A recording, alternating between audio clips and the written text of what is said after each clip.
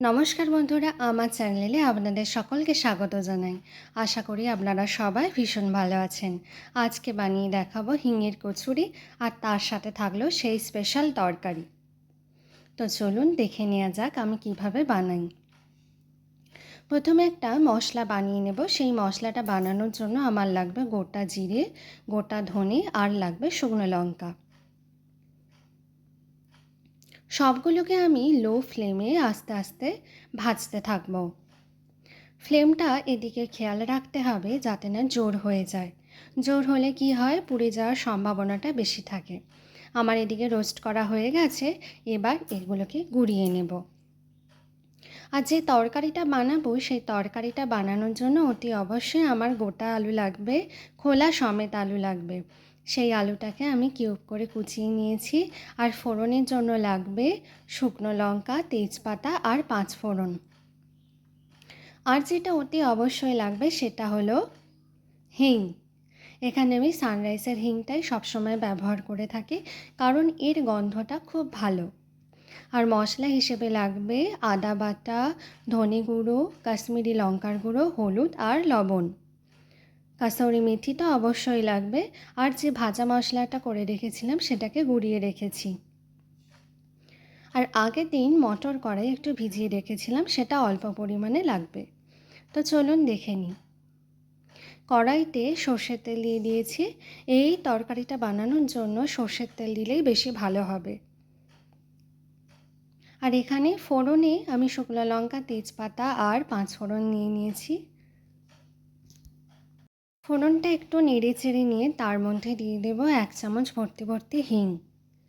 হিংটার যখন গন্ধ বেরিয়ে আসবে তারপর কাটা আলুগুলোকে এর মধ্যে ছেড়ে দেব। আলুগুলোকে একটু নেড়ে চেড়ে নিয়ে সেটাকে পুরোপুরি ঢাকা দিয়ে দেব। যেহেতু হিং দিয়েছি তাই ঢাকা দিয়ে রান্নাটা করলে হিঙের গন্ধটা এই রান্নার মধ্যে বজায় থাকবে। আগের দিন ভিজিয়ে রাখা মটর কড়াইটাকে এবার এর মধ্যে দিয়ে দেব। আর তার সাথে দেব এক এক করে মশলাগুলো এর মধ্যে দিয়ে এবার বেশ ভালো করে কষিয়ে নেব, যতক্ষণ না মশলাটা এর গায়ে বেশ ভালো করে লেগে যাচ্ছে। কিছুক্ষণ কষিয়ে নেওয়ার পর দিয়ে দেব রেখে দেওয়া কাসুরি মেথি। কাসুরি মেথি এর গন্ধটাকে আরও একটু বাড়িয়ে দেয়। এবার নেড়ে চেড়ে নিয়ে এটাকে কুকারের মধ্যে দিয়ে দেব। আর জল গরম করার জন্য কড়াইতে লেগে থাকা যে মশলাগুলো আছে তার জন্য জলটা এর মধ্যে গরম করতে নিয়েছি। আর এই জলটাই কুকারে ঢেলে দেব, দিয়ে 2 থেকে 3টে সিটি দিলেই তরকারি রেডি হয়ে যাবে। আর এখানে কচুরির জন্য পুরটা আমি তৈরি করে নিচ্ছি। প্রথমে কড়াইতে অল্প সামান্য সাদা তেল দিয়ে তাতে পরিমাণ মতো ছাতু নিয়ে নিয়েছি। আমি এখানে 1 বাটি ভর্তি ভর্তি ছাতু নিয়েছি। তারপর দিয়ে দেব 1.5 চামচের মতো হিং। ছাতু অনুযায়ী এখানে হিংটা দিতে হবে। তারপর দিয়ে দেব 1 চামচ লবণ, 1 চামচ চিনি। মিষ্টিটা দিয়েছি স্বাদটা ব্যালেন্স করার জন্য। দিয়ে দেব গুঁড়িয়ে রাখা ভাজা মশলা। ভাজা মশলার পরিমাণটা একটু ঠিক মতো দিতে হবে। খুব বেশি হয়ে গেলে পুরটা কিন্তু তেতো হয়ে যাওয়ার সম্ভাবনা থাকে। যতক্ষণ না সব একসাথে মিশে যাচ্ছে ততক্ষণ আমি ভালো করে নাড়তে থাকব। তারপর একটা বাটির মধ্যে মিশ্রণটা নিয়ে অল্প অল্প করে জল ঢেলে মেখে নেব। মেখে নিয়ে ভালো করে কভার করে রেখে দেব। এদিকে কুকারের ঢাকা খুলে দেখেছি যে তরকারিটা হয়েই গেছে। লবণ টবণ সব ঠিকই আছে। তারপর এই ভাজা মশলা 1 চামচ দিয়ে আর একটু ঘেঁটে দিতে হবে চামচ দিয়ে, যাতে আলুগুলো একটু ভেঙে ভেঙে যায়, গলে গলে যায়। এখানে তরকারি রেডি। কি অপূর্ব একটা গন্ধ বেরিয়েছে। এই যে এখানে মিশ্রণটাকে ঢাকা দিয়ে রেখে দিয়েছি, আর ওদিকে আমার ময়দাটাও মাখা হয়ে গিয়েছে। সবগুলোকে কভার করে কিছুক্ষণের জন্য রেখে দেব। তারপর এটা করেছি প্রায় 15 থেকে 20 মিনিট পরে লেচিগুলো কেটে নিয়েছি ময়দা থেকে। একটা একটা করে পুর ভরে লেচিগুলোকে রেখে দেব। আমি এইভাবে পুর ভরে নিয়েছি। আপনারা যেমনভাবে চাইবেন তেমনভাবে পুর ভরে নেবেন। তারপর একটু সাদা তেল এই লিচিগুলোর ওপর মাখিয়ে দেব।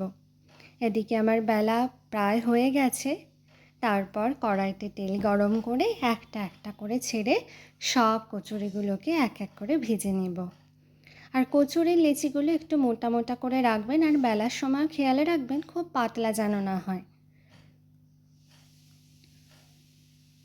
আর সব কচুরিগুলো এত বেশি ফুলেছিল, ফুলে গিয়ে আবার ফেটেও যাচ্ছে। একটু লাল লাল করে ভাজবো যাতে খেতে বেশি ভালো লাগে। এক এক করে সব কচুরিগুলোকে আমি ভেজে নেব। সবগুলোই কিন্তু খুব দারুণ ফুলেছিল আর খেতেও খুব ভালো হয়েছিল।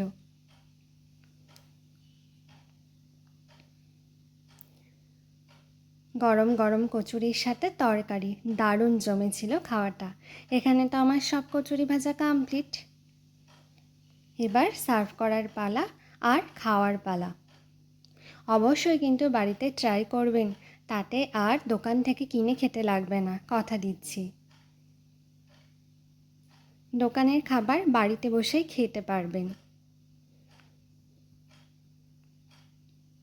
তরকারিটা যখন নামিয়েছিলাম একটু জল ছিল, সেই ভেবেই নামিয়েছি যে আলুতে টেনে নেবে তো জলটা, তার জন্য বেশ টেনেও নিয়েছে। দেখুন থকথকে ব্যাপারটা এসেছে। কি অপূর্ব টেস্ট হয়েছিল, তার সাথে গন্ধটাও হয়েছিল খুব সুন্দর। তো আজকের ভিডিও কেমন লাগলো সেটা আমাকে অবশ্যই কমেন্ট বক্সে জানাবেন। আর ভালো লাগলে অবশ্যই একটা লাইক, কমেন্ট আর শেয়ার করতে কিন্তু ভুলবেন না। ভালো থাকবেন, সুস্থ থাকবেন, আর অবশ্যই ভালো ভালো নতুন নতুন খাবার বানিয়ে খাবেন। ভালো থাকবেন, সুস্থ থাকবেন। দেখা হবে পরবর্তী আর একটা ভিডিওতে। নমস্কার।